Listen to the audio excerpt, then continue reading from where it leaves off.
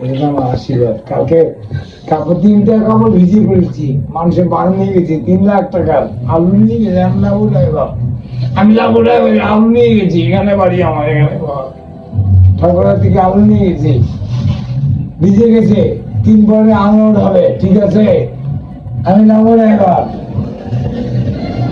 ইসমাইল 2 পয়েন্টে আনলোড করছি, বৃষ্টি হয়ে গেছে বে, পারবো না নরসিংদী, ঠিক আছে? হ্যাঁ শুনুন কেমন লাগিস?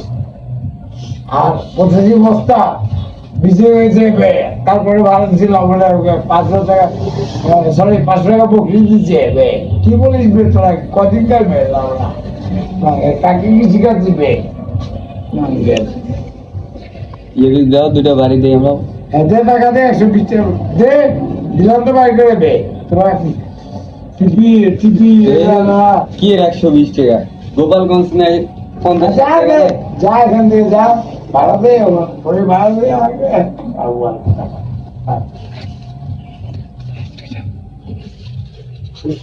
পুষ্পারকার পুতুলের গল্পের ভাগ্যে ছুটি আমি গোপালগঞ্জে আমার নাতি এখানে, ওর ভাই আছে 3টা এখানে গোপালগঞ্জে, আমার নাতি 3টে আছে। ঈদের উপলক্ষে নানির বাড়ি বেড়াতে আসে।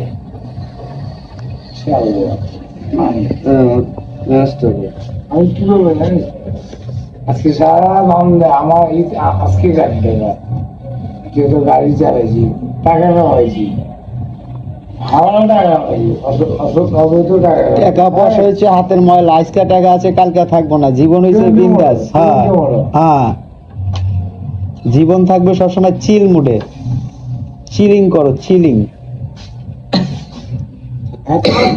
এমনিতে টাটা মাটা ফেসবুকে এই পড়ে যাবে,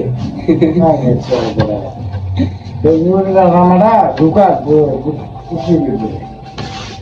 বাইক কিলো দেবে, আর কি চাই?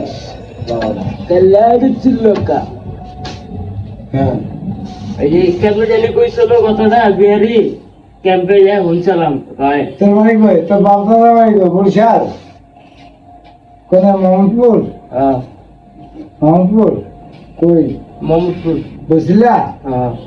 হ্যাঁ পুরান ঢাকা পুরান ঢাকা। হ্যাঁ তোর কোন জায়গা মা খাবে, আমি চুদি দিয়ে নাঙ্গের বললা